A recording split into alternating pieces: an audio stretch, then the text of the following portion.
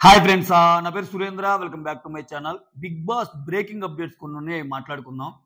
So వాటిల్లో ముఖ్యంగా ఇప్పుడు ఈ సెలక్షన్ ప్రాసెస్ ఏదైతే జరుగుతుందో, ఏది దశల వారీగా, లెవెల్స్ వారీగా. లెవెల్ 1 ఏంటంటే చాలా మంది 3 మినిట్స్ నిడివిగా వీడియోస్ పంపించారు. దాంట్లో నుంచి చాలా మందిని సెలెక్ట్ చేశారు. లెవెల్ 2లో వాళ్ళకి కొంతమందికి వీడియో కాల్ జరిగినాయి. వాళ్ళల్లో నుంచి ఒక 90-100 మందిని చేస్తున్నారు.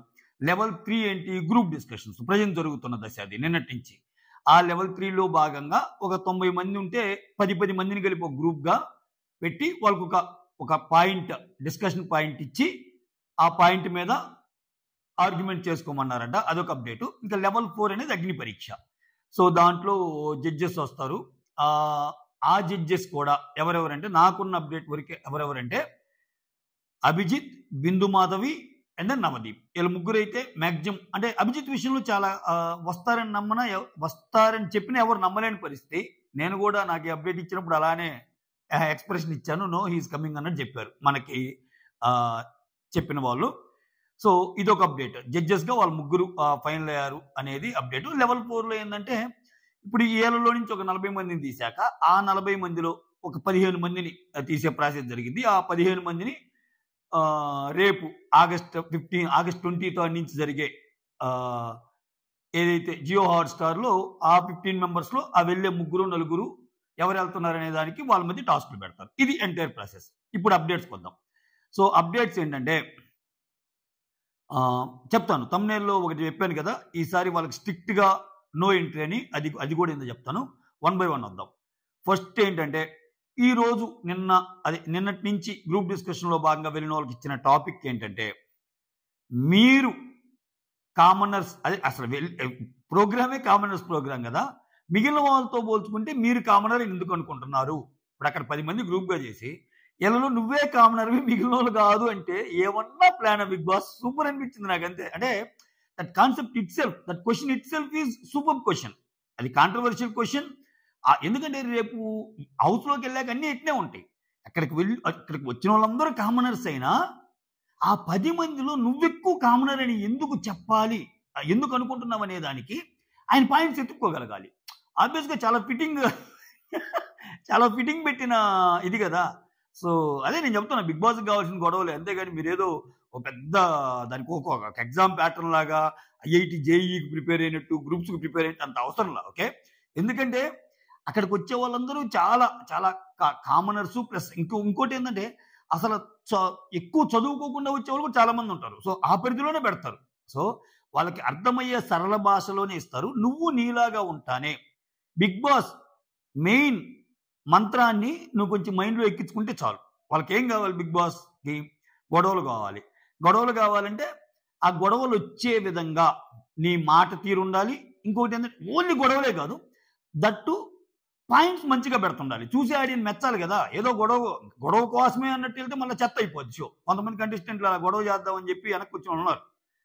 సో నీ పాయింట్ వల్ల గొడవ రావాలి, అంతే అర్థవంతంగా ఉండాలి నీ వాదన. ఇప్పుడు ఈ ఇచ్చిన టాపిక్ వల్ల రచ్చలేచిందంట.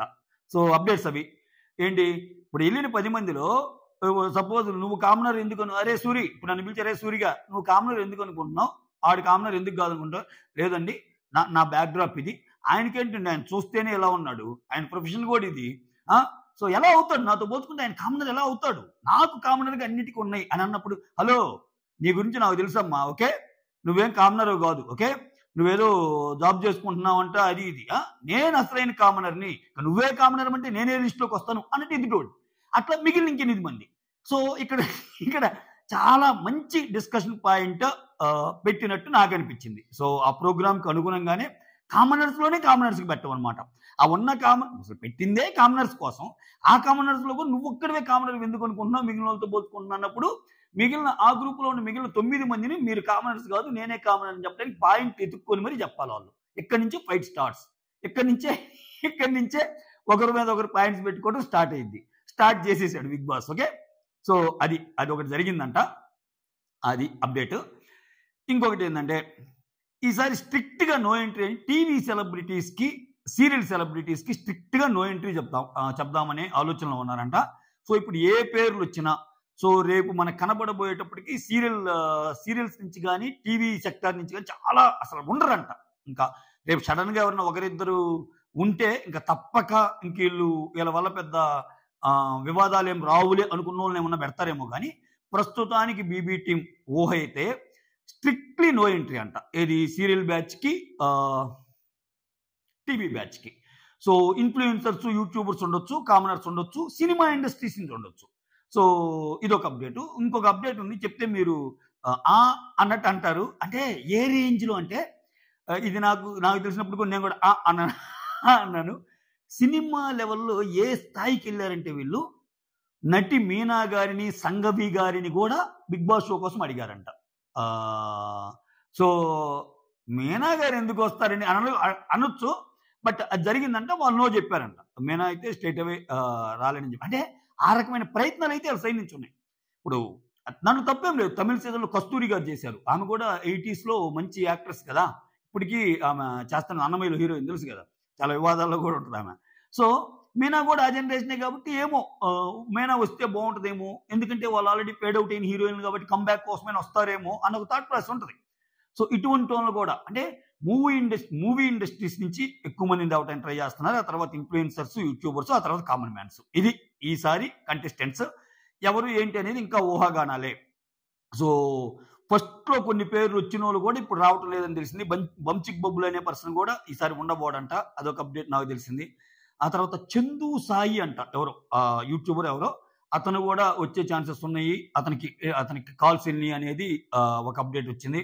ఆ తర్వాత ఈ మధ్య ఇంటర్వ్యూస్తో ఫేమస్ అయిన సుధీర్ ఆదాన్, సో తను కూడా కాల్ చేశారంట. తను కూడా విల్లింగ్ ఉన్నా అంట. వీళ్ళందరికీ కాల్స్ వెళ్ళాయి. ఇది కామన్ మ్యాన్ కేటగిరీ కాదు. ఇప్పుడు నేను చెప్పిన చందు సాయి కానీ సుధీర్ కానీ నార్మల్ కాల్స్ వెళ్ళి ఆ నెక్స్ట్ రౌండ్స్లో వాళ్ళు అయ్యారా లేదా అనేది ఇంకా క్వశ్చన్ మార్క్స్ అని ఉన్నాయి ప్రస్తుతానికి. సో వీళ్ళకైతే కాల్ అటెంప్ట్ చేశారు అట్లీస్ట్, చందు సాయి కానీ ఆదాన్, సుధీర్ కానీ. వీళ్ళైతే ఇప్పుడు నేను చెప్తున్న మీనా గారు, సంఘవి లాంటి వాళ్ళు అయితే స్ట్రైట్ అవే నో చెప్పేశారంట. తర్వాత ఇంకా ఏ హీరోయిన్స్ కోసం చూస్తారో, ఎవరి కోసం చూస్తారో మనకు తెలియదు. సో ఇవి మరికొన్ని అప్డేట్స్ అనమాట. ఇంకేమున్నాయి? ఈసారి మాత్రం ఎట్టి పరిస్థితుల్లో షోని హిట్ చేసే విధంగా వాళ్ళు ముందుకెళ్తున్నారు అనేది మన దగ్గర ఉన్న అప్డేటు. ఇంకొకటి ఏంటంటే ఇప్పుడు ఈ సీరియల్ బ్యాచ్ని తీసుకోకపోవటానికి కానీ ఒక నానుడు అనేది ఏర్పడిపోయింది జనాల్లో. ఏంటి, ఓకే తెలుగు బిగ్ బాస్ అనేది ఏంటంటే, తెలుగు బిగ్ బాస్కి ముందు ఒక షో జరిగింది. ఆ షో వాళ్ళు ఒక 6-7 వస్తారు. ఆ 6-7 ఆ షో ద్వారా ఫేమ్ తెప్పించి జనాల్లో ఆల్రెడీ తెలిసేలాగా చేసి ఆ తర్వాత బిగ్ బాస్కి పంపిస్తారు. అంటే బిగ్ బాస్ కంటే ముందు ప్రీ రిక్విజిట్ ఏంటంటే వాళ్ళు జనాలకు ఎక్కువ తెలియడం కోసం అటువంటి షోలో పెడతారు. ఓకే, ఆ డ్యాన్స్ షోలు అని కానీ, నీతోనే డ్యాన్స్ అని కానీ, ఏదో ఒకటి నిన్న వస్తున్న వంటల ప్రోగ్రామ్ కానీ, అది అయిపోయాక జనాలందరికీ పరిచయం అంటారు కదా, వాళ్ళు ఒక 5-6 బిగ్ బాస్కి తెస్తారు.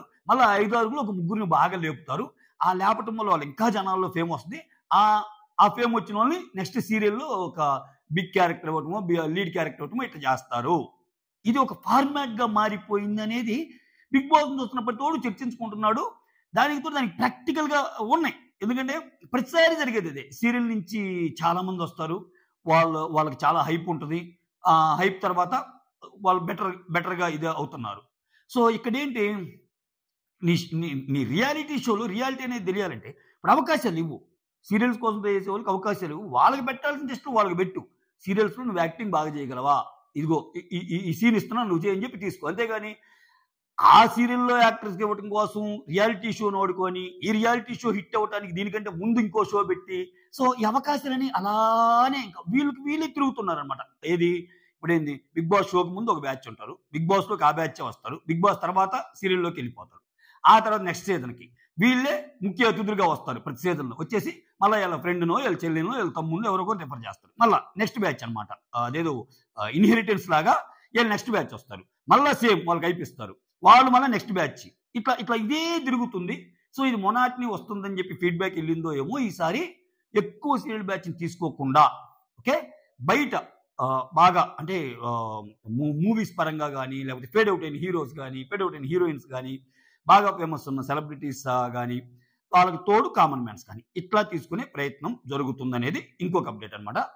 ఇవన్నీ మీకు చెప్పే ప్రయత్నం చేసి, ఆ వీడియో నచ్చితే లైక్ చేయండి. కొత్తగా చూస్తుంటే please do subscribe. Signing off, me Surendra.